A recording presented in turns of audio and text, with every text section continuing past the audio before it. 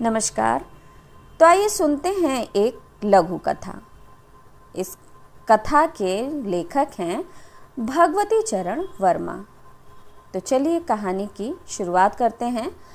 कहानी का नाम है प्रायश्चित। अगर कबरी बिल्ली घर में किसी से प्यार करती थी तो रामू की बहू से, और रामू की बहू को घर में किसी से घृणा थी तो कबरी बिल्ली से। रामू की बहू पहली बार अपने ससुराल आई थी।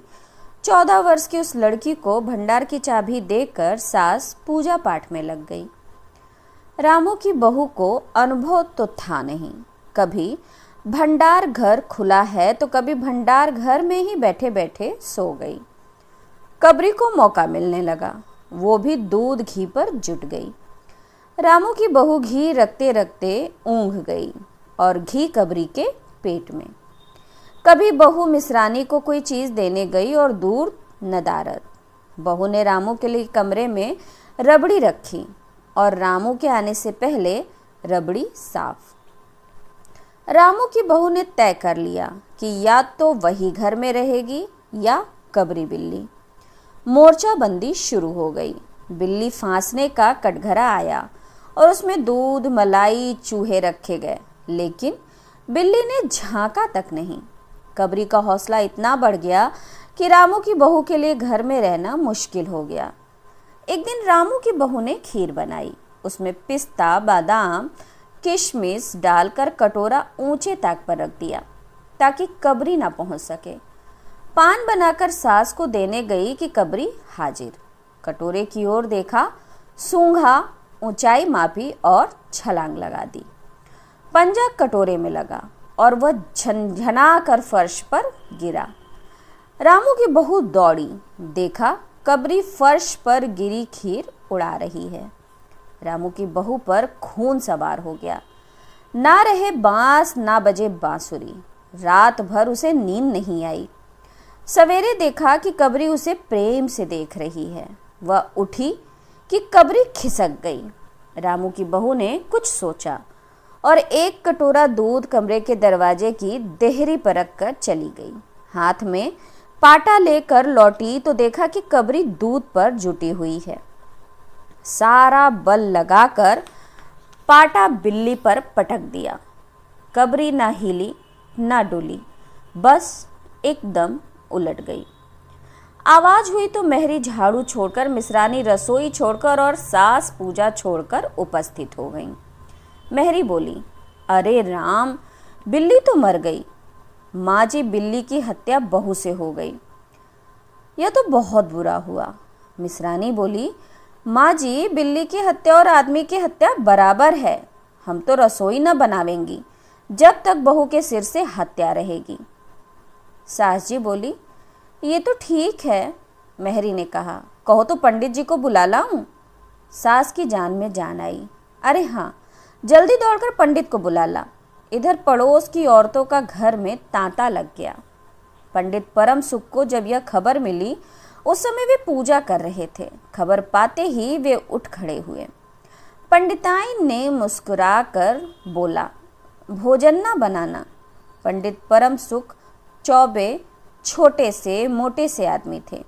लंबाई 4 फुट 10 इंच और तोंद का घेरा 58 इंच। चेहरा गोल मटोल, मूछें बड़ी बड़ी, रंग गोरा। पंडित जी के पहुंचते ही कोरम पूरा हुआ। पंचायत बैठी। किस्नू की माँ ने कहा, पंडित जी, बिल्ली की हत्या से कौन सा नरक मिलता है? बिल्ली की हत्या भर से नरक का नाम नहीं बताया जा सकता। समय का भी तो पता चले। यही कोई 7 बजे, मिसरानी ने कहा। ये तो बुरा हुआ, घोर नरक का विधान है।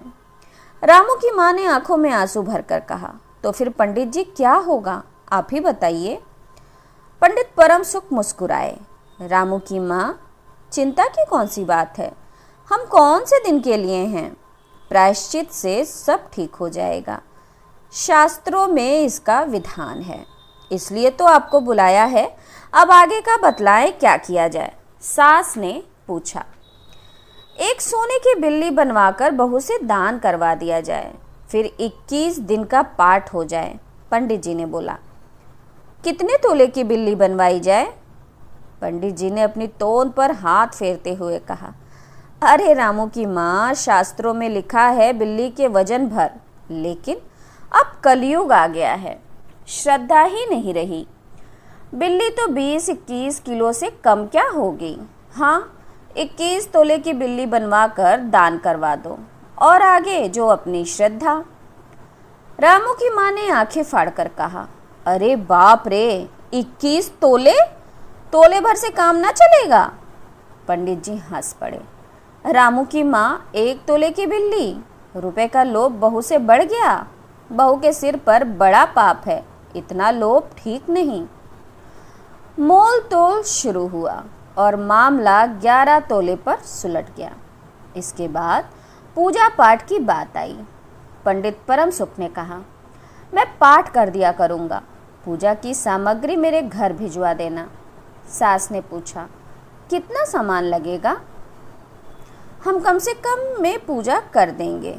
दान में 5 क्विंटल गेहूँ, 50 किलो चावल, 50 किलो दाल, 2 क्विंटल जौ और इतना ही चना, 20 किलो घी और 50 किलो नमक से काम चल जाएगा, पंडित जी ने बतलाया। अरे बाप, सास के मुंह से निकला, इससे कम में काम ना चलेगा। पाप भी तो देखो, प्रायश्चित है, हंसी खेल थोड़े ही है। परम सुख जी ने कहा। पंडित जी की बात से पंच प्रभावित हुए। छुन्नू की दादी मिसरानी ने हाँ में हाँ मिलाया। रामू की माँ ने अपने चारों तरफ देखा, सभी पंडित जी के साथ थे। पंडित जी मुस्कुरा रहे थे। बोले, रामू की माँ, एक तरफ घोर नरक, दूसरी ओर थोड़ा सा खर्च, इसमें मुंह ना मोड़ो। रामू की माँ ने कहा, जो नाच नचाओगे नाचना ही पड़ेगा। पंडित जी ने बिगड़ कर कहा, रामू की माँ, अगर तुम्हें अखरता है तो ना करो, मैं चला। रामू की माँ ने पंडित जी के पैर पकड़े और पंडित जी ने जमकर आसन जमाया।